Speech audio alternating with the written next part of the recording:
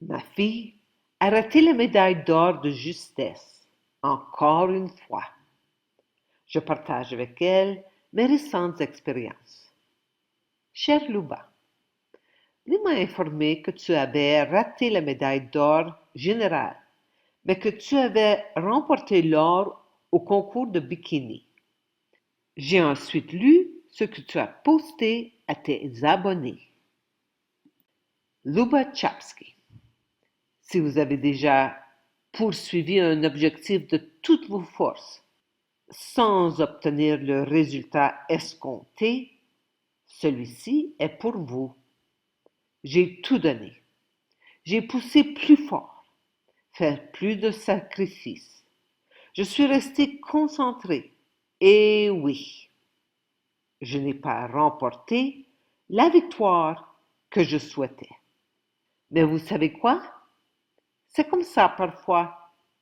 Tous les chapitres ne se terminent pas par un trophée. Certains sont une question d'apprentissage, de croissance et de progression.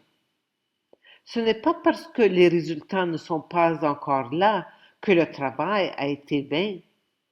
Cela signifie que vous êtes encore au milieu de votre histoire, pas à la ligne d'arrivée. Le résultat ne vous définit pas. La façon dont vous vous présentez, si. Si vous travaillez dur en ce moment et que c'est difficile, continuez. On n'échoue pas parce qu'on n'a pas gagné. On échoue quand on cesse d'être présent. Et je n'abandonne pas. Si vous êtes en plein milieu de votre propre combat, n'abandonnez pas. Ressentez la frustration. Laissez-la vous nourrir. Revenez plus fort. Ce n'est qu'un chapitre. L'objectif, toujours le même. Nouveau calendrier. Un grand merci à mes coachs, à mon équipe et à tous ceux qui ont été là pour moi. Fier de ce chapitre. Impatiente pour le suivant. Fière, reconnaissante, plus concentrée que jamais. On n'abandonne pas, on construit. Luba, ta concentration, ta détermination, ton travail acharné sont absolument époustouflants. Personnellement, je n'ose même pas imaginer ce que tu vis. Cependant, je peux partager avec toi un peu de mon expérience de vie et de ma sagesse accumulée au cours de 63 ans. Ce mois de mai 2025 a été marqué par de nombreux événements extrêmes qui m'ont poussé vers l'acceptation, l'intégration et le lâcher-prise. Tu ne comprendras peut-être pas ce que j'essaie de partager avec toi. Et ce n'est pas grave. Je reconnais que je ne peux te donner aucun conseil, car seul ton âme, ton vrai soi supérieur, sait en quoi consiste ton cheminement ici sur Terre. Cependant, je peux partager avec toi ce que certains d'entre nous vivent, et ces informations pourraient te propulser dans ton cheminement personnel. Il y a des années, j'ai insisté que toi et Greg participiez à un atelier de 2 jours animé par mon professeur spirituel, Mado.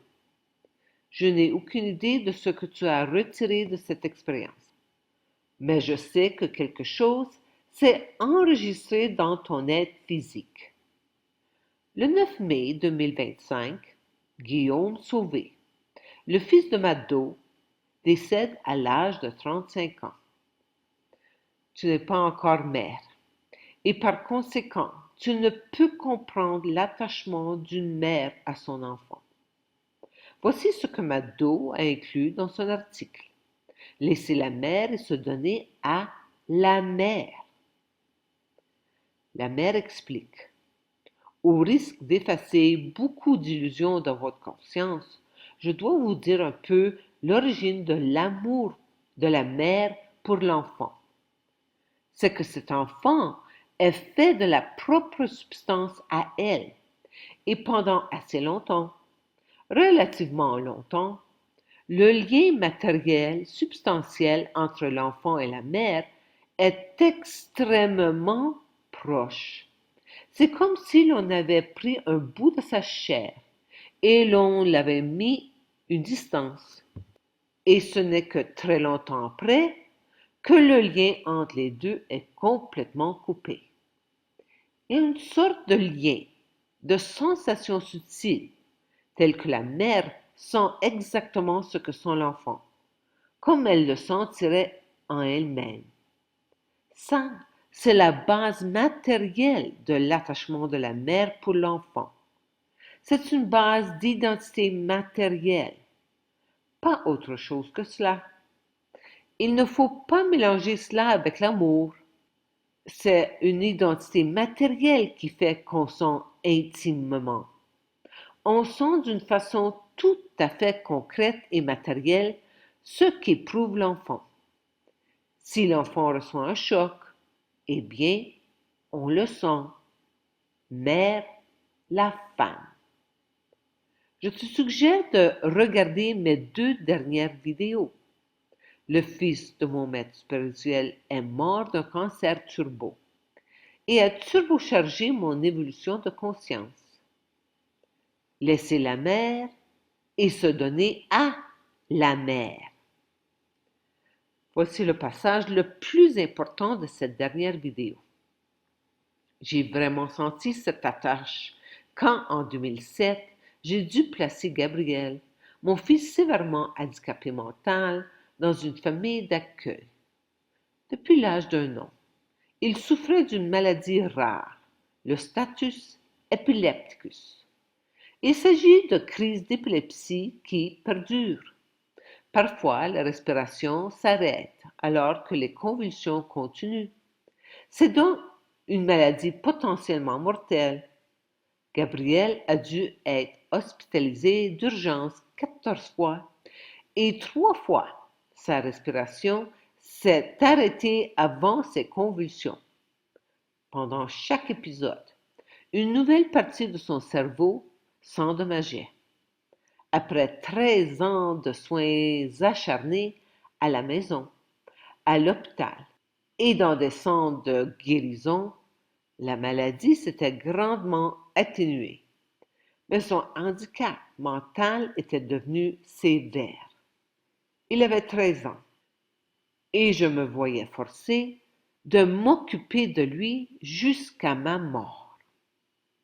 J'étais épuisée et découragée.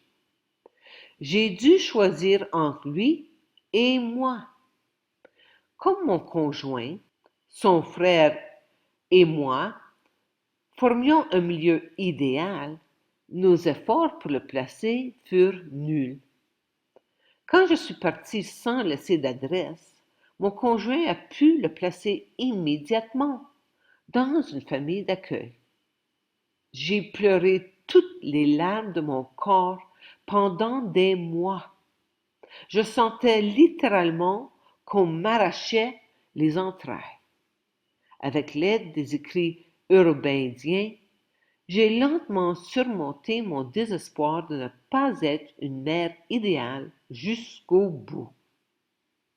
Gabriel a maintenant 32 ans et vit encore dans la même famille d'accueil depuis mon départ en 2007. Je ne l'ai revu qu'une fois depuis, en 2016. Il ne m'a pas reconnu. Une partie de moi était immensément soulagée, alors que l'autre était dévastée. Je n'étais donc pas encore guérie. Ce départ en 2007 fut ma première expérience de lâcher prise face au programme de la mère animale. J'ai vraiment senti l'ampleur du lien physique qui attache mère et enfant. Récemment, mon deuxième enfant, Guillaume, est décédé à 35 ans. 2 injections covidiennes, passe sanitaire pour voyager, suivi d'un turbocancer au poumon. de traitements invasifs en chimiothérapie et radiothérapie et des injections spéciales d'un oncologiste dévoué ont probablement stoppé sa guérison. À toutes les 3 semaines, pendant 2 ans, Guillaume a reçu des injections expérimentales à 7 000 $ chacune, payées par nos impôts. 250 000 au total. Comme il refusait de me parler, mon rôle de mère encore était remis en question. C'est récemment que j'ai compris l'énorme cadeau qu'il m'avait fait ainsi. Je n'ai pas eu à me rendre à son chevet à l'hôpital ou l'aider dans le quotidien à son appartement de Montréal. Le cadeau fut encore plus énorme quand il décida d'aller voir sa femme au Nicaragua une dernière fois. Il est mort dans ses bras, sur une plage du Pacifique, entouré d'une congrégation de chrétiens qui priaient pour lui. Il s'est fait baptiser la veille de sa mort et s'est donné à Jésus. Alors qu'il rendait son dernier souffle, il a souri en regardant le ciel. Je n'aurais jamais pu lui donner une telle aide. Son âme a décidé que c'était la meilleure façon d'évoluer pendant ces derniers jours dans ce corps. Pour lui, qui fut pendant tant d'années un matérialiste athée, ce fut sa manière de se propulser vers le divin. J'ai appris la mort de Guillaume la journée où Emmanuel, le responsable de la page YouTube Mère Divine YouTube, rencontrait plusieurs des participants des 6 groupes eurobédiens à l'heure de son passage au Québec. Ce fut un clin d'œil de mère pour me dire de lâcher définitivement le vieux programme de la mère animale. Je comprends désormais au plus profond de moi-même que Guillaume, Gabriel et moi sommes tous 3 des enfants de la Mère suprême. Aucun de nous n'a à exercer un contrôle sur le comportement des autres, comme l'expliqua un jour Sri Aurobindo à un disciple. L'ego d'une personne ne peut juger que l'âme de l'autre s'est trompée. C'est l'air psychique qui décide ce qui advient au corps qu'il habite. Le rôle du parent est simplement de donner l'exemple en se donnant à la Mère suprême et en dissolvant son ego, une personnalité à la fois. Ces temps-ci, je continue à m'améliorer dans mes interactions avec ma fille Geneviève et ses 2 enfants, Elora, 8 ans, et Devron, 1 an. Alors, pourquoi choisir de partager cela avec toi, Luba? Je sais que je n'ai pas été la mère parfaite pour toi et Greg. De plus, je n'ai jamais essayé d'être une mère parfaite. J'étais une excellente dentiste et une femme d'affaires prospère. J'ai réalisé que je ne pouvais exceller dans tous mes rôles et j'ai donc trouvé un beau-père formidable pour vous 2. Mado a essayé d'être la mère parfaite pendant 18 ans. Elle a joué ce rôle à la perfection. Cependant, le jour est venu où elle a réalisé qu'elle ne pouvait plus continuer sur cette voie. L'âme, notre véritable soi, crée chaque détail de notre histoire. Nous planifions notre vie entre les vies au paradis. Dans ma vidéo Libre arbitre, dialogue avec la main cachée, une entité autoproclamée des Illuminati. Main cachée explique. Soyons clairs sur un point. Tout cela, la vie physique, l'incarnation, est un jeu complexe et savamment conçu, par lequel l'unique créateur infini s'efforce d'oublier qui il est, afin d'apprendre à se souvenir et, ce faisant, de se connaître en tant que créateur. Jusqu'à nous, minuscules étincelles individualisées de tout ce qui est. Hors scène et entre les vies, temps du point zéro, univers antimatière, en tant qu'être humain, incarné, nous, tous, vous, en tant qu'âme, nous sommes de grands amis, frères et sœurs, dans l'un. Entre nos vies, nous rions tous beaucoup des rôles que nous avons joués dans la pièce et nous nous amusons beaucoup à préparer les prochains chapitres. Nous, tous les êtres humains, prenons cette vie sur Terre très au sérieux. Certains d'entre nous, comme Guillaume, croient que cette vie sur Terre est la seule que nous ayons et que par conséquent, nous devons accomplir tout ce que nous voulons au cours de cette seule vie. Si tu écoutes certaines vidéos de Guillaume sur sa chaîne YouTube Incurable, tu comprendras qu'il était convaincu jusqu'à la dernière minute qu'il se guérirait. J'ai été stupéfaite d'apprendre que Guillaume était un athée matérialiste convaincu. Mado étant, du moins de mon point de vue, une mère parfaite, comment son fils pouvait-il être athée? C'est alors que j'ai finalement compris qu'une jeune âme, Guillaume, choisit délibérément une vieille âme comme mère, Mado. Les circonstances de cette vie ont propulsé son âme du niveau de conscience de l'athéisme matérialiste à celui de la conscience christique. Dans cette image créée par Mado, la conscience humaine générale s'étend du niveau 3 au niveau 8. De la conscience physique ou conscience matérielle, numéro 3, au mental dynamique, numéro 8. Mado et moi avons pris la décision, avec notre mental supérieur, numéro 9, d'atteindre le supramental, numéro 13, dans cette vie. Jésus, Bouddha, Mahomet et d'autres maîtres spirituels ont atteint le niveau de conscience du supramental, numéro 12. Maintenant, l'humanité a la possibilité d'aller au-delà du surmental pour atteindre le supramental. Bien sûr, je n'approfondirai pas ce sujet, car je reconnais que c'est simplement trop. Ce que je souhaite partager avec toi, c'est que ton âme crée tout ce qui se passe dans ta vie. Ton âme a planifié chaque détail au paradis, en 2 vies. Ton âme sait pertinemment que cette vie sur Terre est un jeu.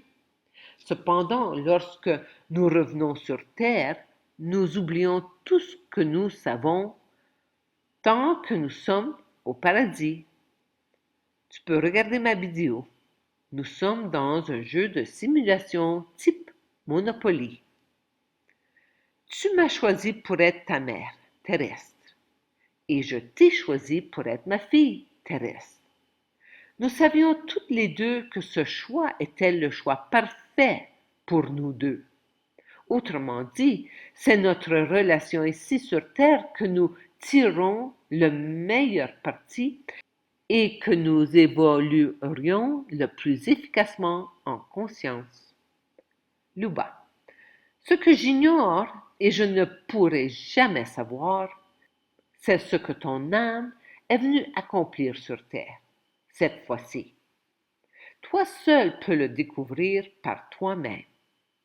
Cependant, depuis que j'ai examiné mon ego tout au long de ma récente création personnelle, je comprends maintenant assez bien ce qu'est l'ego.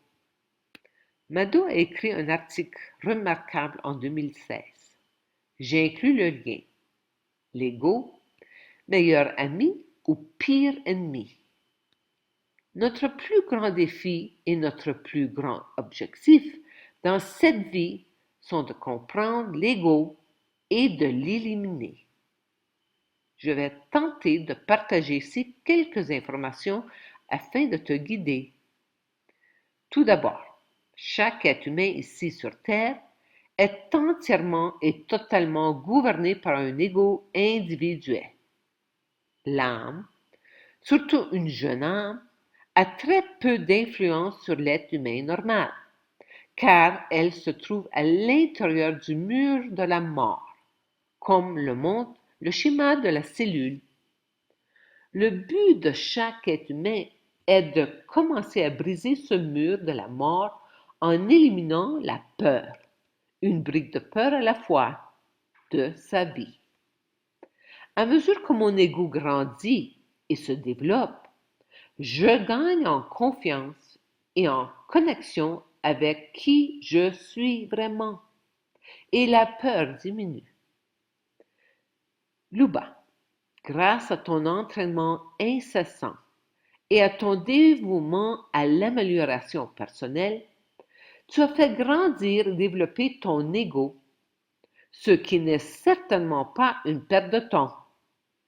La plupart des gens ne développent pas leur ego aussi activement, intensément et inlassablement.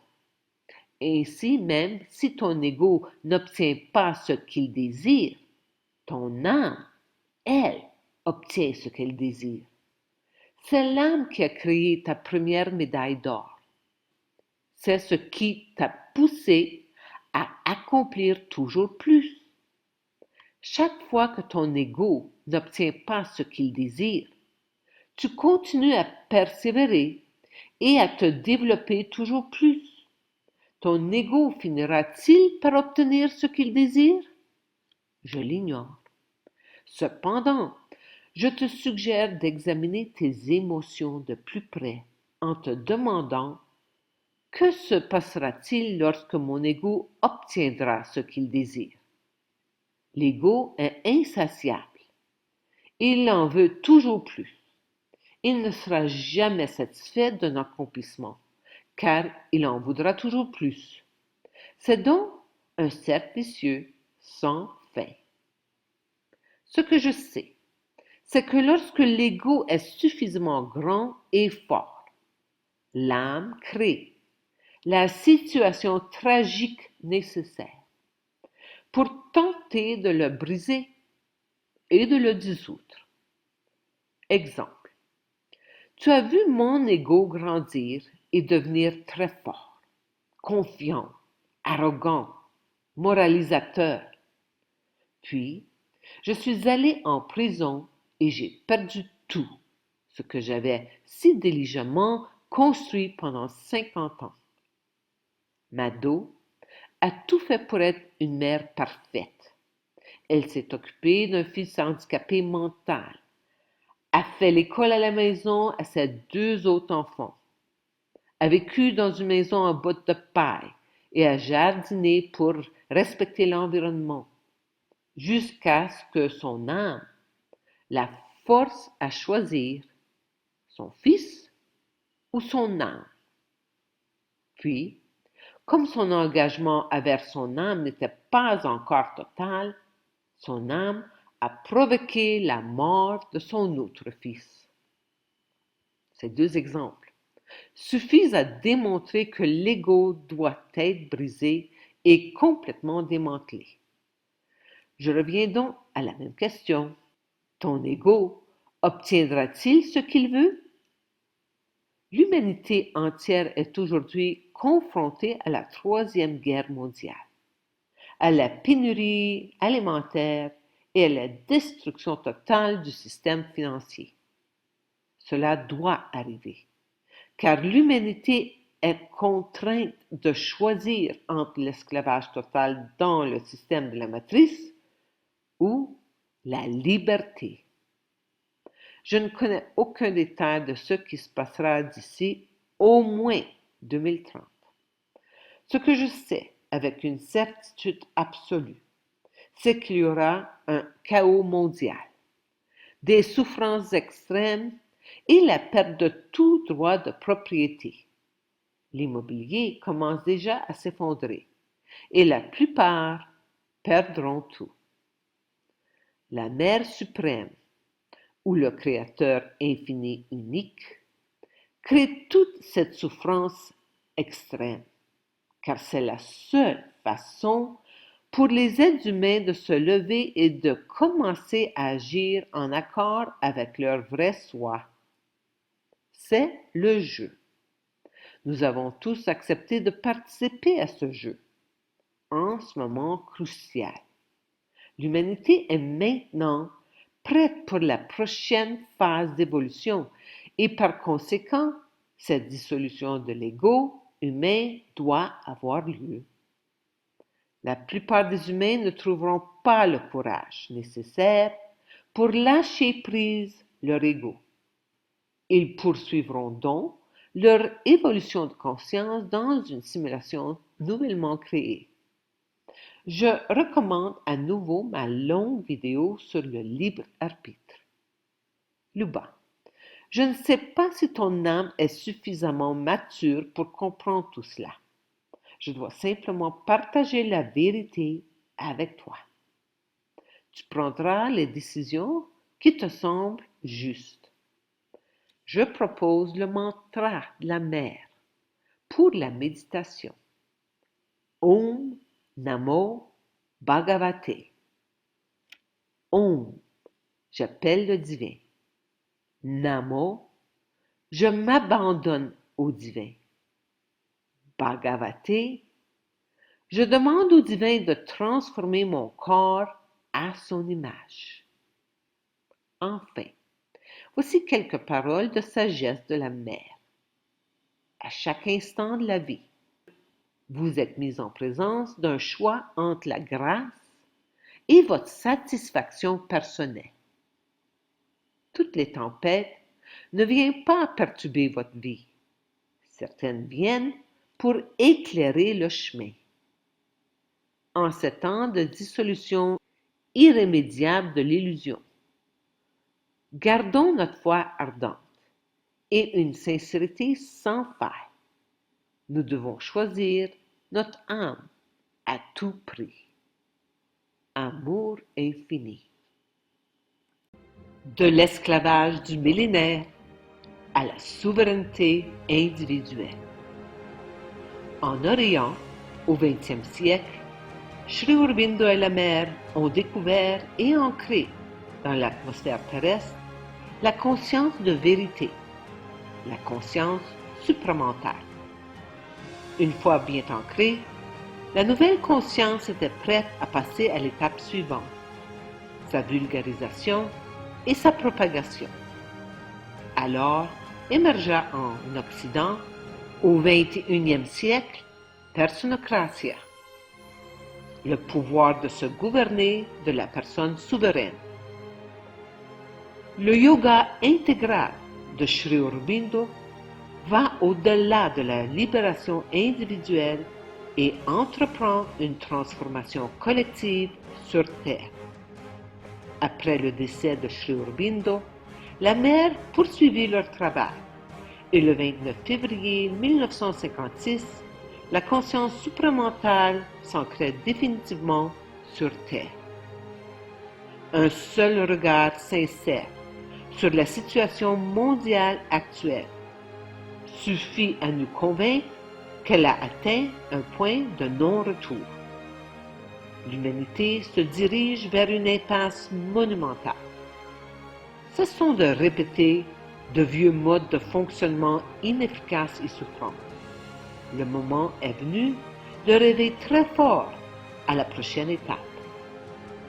Personocratia poursuit la diffusion de la conscience de vérité en Occident. L'unité substantielle remplace la séparation gourou-disciple. À nous toutes de propager la contagion de l'amour. Je suis hors du jeu. Comme Truman dans le film The Truman Show, Je tire ma révérence et je laisse le monde de l'illusion, cette simulation informatique à laquelle j'ai donné l'autorité de gérer ma vie.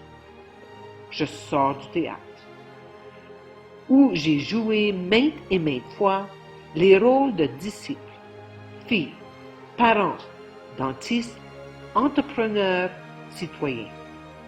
Aujourd'hui, je me consacre pleinement et sans limite à diffuser la souveraineté individuelle, la conscience de vérité que j'éprouve depuis 22 ans. Amour infini.